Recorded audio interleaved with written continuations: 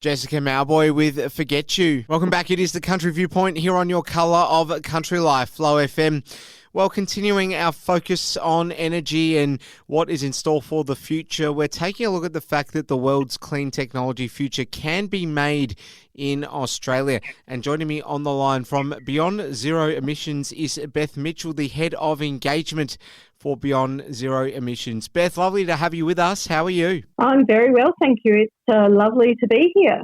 It's great to have you. Now, before we delve into it, I want to just quickly ask you about growing up in Flow country. You're from the Riverina originally, Beth. Yeah, I grew up in Gundagai, just about 70 k's west of Wagga Wagga. So, yes, I'm quite familiar with the Riverina. I actually grew up in a tiny town called Tumbalong.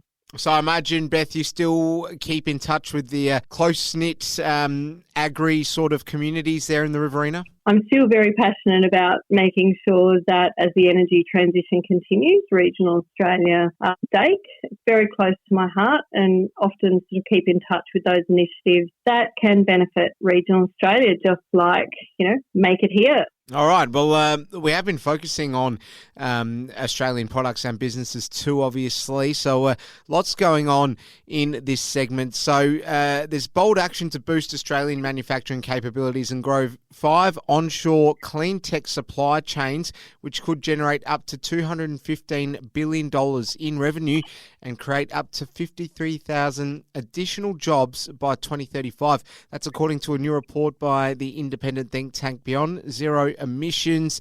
And there's key findings that underline this, 5 of them, if I'm right. Beth, tell us about them. Yeah, so the key technologies that we looked at are really the ones that we need to drive our economy towards a zero-emission economy and achieve our net zero target. So we did a deep dive into solar, wind, batteries, heat pumps and commercial electric vehicles and really looked at what were the opportunities for Australia to build components or the entirety of some of those technologies right here in Australia. As you know, we have a global economy that's decarbonising, and there's a huge demand for these key technologies. And we really want to see regional Australia have an opportunity to move from fossil fuel-based economies towards a clean economy so that they can capture those jobs. And, it's a great opportunity for us to revitalise the communities and bring new jobs, new opportunities to young people in regional Australia. Well, when it comes to talking about the future of our energy supplies in Australia, you'll know that there are split opinions, and many regional Australians who listen to Flow FM will be saying that, they're not happy with wind farms and, clean energy infrastructure in their properties when they've got large rural-based farms around the country.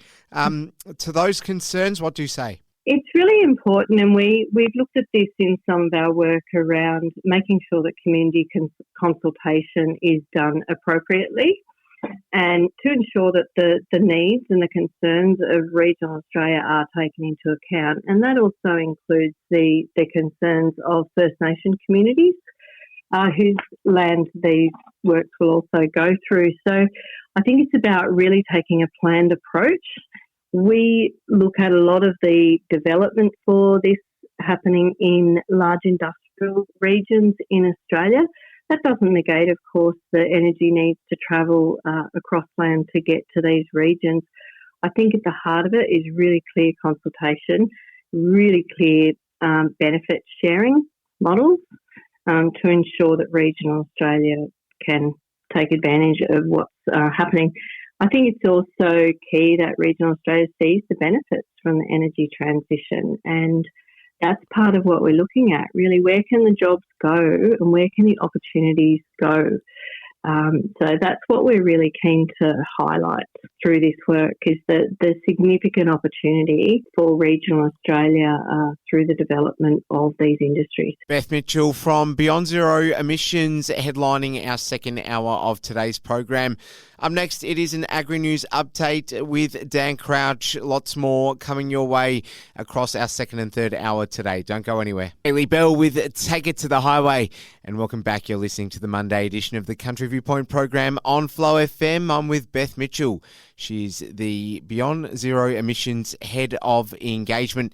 We're talking about Australian-made energy potentially generating so much money for the country.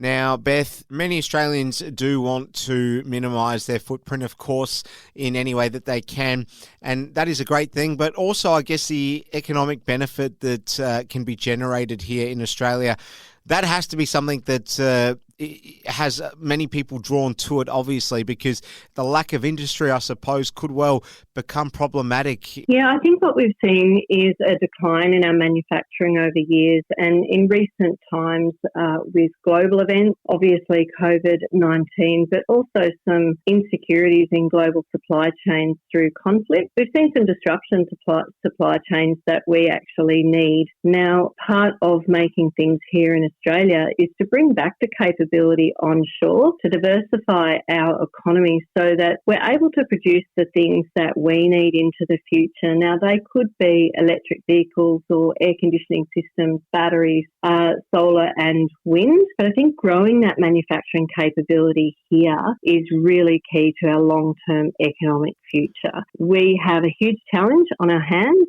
as we see our coal-fired power stations close. We see the global economy start to decarbonise.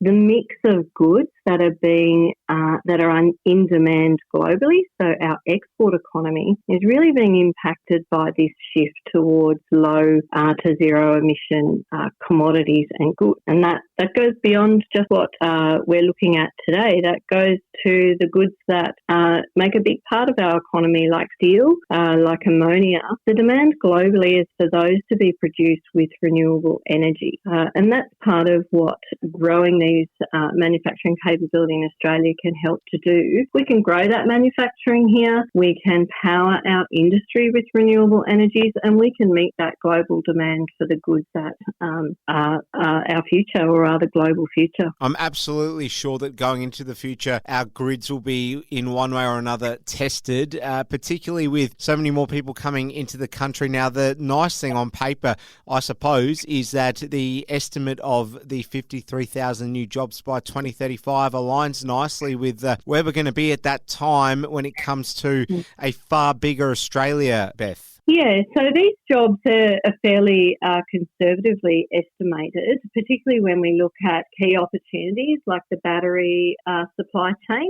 So battery energy storage, when we looked at this, we only looked at the batteries for residential and electric vehicles. Now, there's obviously as you say, the energy demands will require a lot more renewable energy, but they'll also require a lot more storage to make sure that that energy can be delivered where it needs to be, when it needs to be there, because solar and wind are both intermittent. So we haven't actually modelled the jobs that are going to be in demand from grid scale batteries. And I think what we're seeing certainly in our engagements in the region is that Australia's ability to innovate in this space, I mean, we need to remember that we were the innovators of solar, and we've allowed that opportunity for manufacturing to go offshore for a very long time. We now have the opportunity in some of these other supply chains to really invest in the Australian innovation. I know going down to the Hunter Valley region last year and visiting some of the factories there, like Energy Renaissance, who's building lithium batteries, and the vast majority, over 90%